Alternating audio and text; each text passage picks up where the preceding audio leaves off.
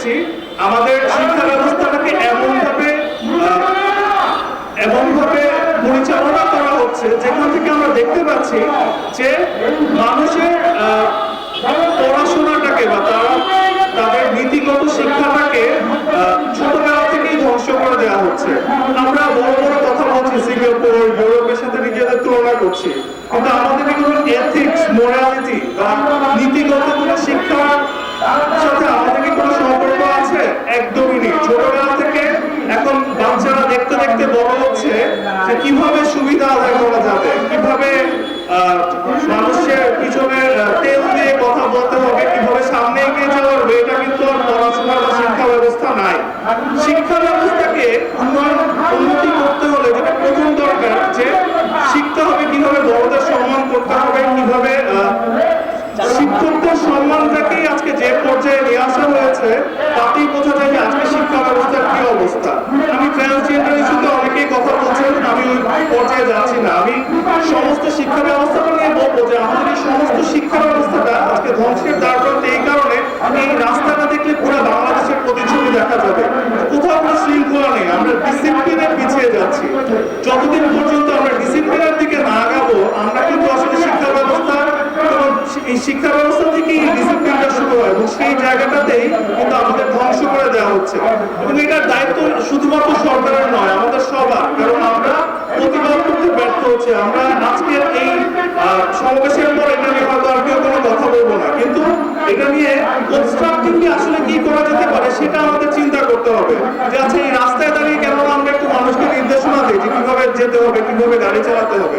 আমরা আমাদের ইমপ্লিমেন্টেশন বা কিভাবে এই জিনিসগুলোকে পরিচালনা করতে হবে তার বাইরে আমরা শুধু ভাষণে দিয়ে যাচ্ছি। আমাদের এই শিক্ষা ব্যবস্থাটাকে শুরু থেকে ঢেলে সাজাতে হবে। আমাদের শিক্ষা ব্যবস্থাটাকে যদি আমরা ঢেলে সাজাতে ব্যর্থ হই তাহলে আমাদের নীতি যে জায়গাটা সামনে আরো খারাপ অবস্থা হবে এবং আমাদের যে মনোভাব সেটা আসলে এমন একটা পর্যায়ে যাচ্ছে যে আজকে আপনি দেখেন, আজকে কেউ যদি একজন রং মিস্ত্রি থাকে বা একজন প্লাম্বার থাকে তাদের আমরা সম্মান করতে পারি না। আমরা চাই একজন বিবিএ গ্রাজুয়েট হোক। কেন? কারিগরি শিক্ষা ব্যবস্থাকে এগিয়ে আনতে হবে। এটা শুধুমাত্র আমাদের প্রাতিষ্ঠানিক শিক্ষা দিলে হবে না, কারিগরি শিক্ষা ব্যবস্থাকে যখন আমরা এগিয়ে আনবো তখন কিন্তু বেকারত্ব কমে যাবে। এবং বেকার ভাতা আমাদের দেশে এই কারণে দরকার যে আমাদের জনসংখ্যাকে আমরা কন্ট্রোল করতে ব্যর্থ হয়েছি এবং যেহেতু জনসংখ্যা আমাদের অনেক বেশি, জনসংখ্যাকে কিভাবে সঠিকভাবে ব্যবহার করা যায় সেটার দায় দায়িত্ব সবার নিতে হবে। কিন্তু আমাদের সমস্যা হচ্ছে আমাদের এই পলিটিক্সটা শুধুমাত্র ক্ষমতা কেন্দ্রিক হয়ে গিয়েছে। কে ক্ষমতায় আসবে, ক্ষমতায় যাওয়ার পর কিভাবে নিজের ব্যাংক ব্যালেন্স বাড়াতে হবে, কিভাবে দেশের বাইরে টাকা পাচার করতে হবে, কিভাবে ক্ষমতা প্রদর্শন করতে হবে, তার ভিতরে সবকিছু আটকে আছে।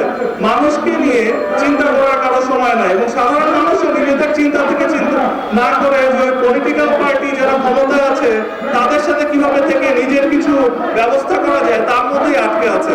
আজকে আমরা যারা বিরোধী শক্তিতে আছি তাদেরকে ধন্যবাদ অন্তত এতটুকু জানাতে পারি যে আমরা অন্তত চেষ্টা করছি যে মানুষ যেন তাদের ভোটাধিকার বা একটা ভোট তার পছন্দ মতো দিতে পারে তার জন্য কাজ করছি আমরা।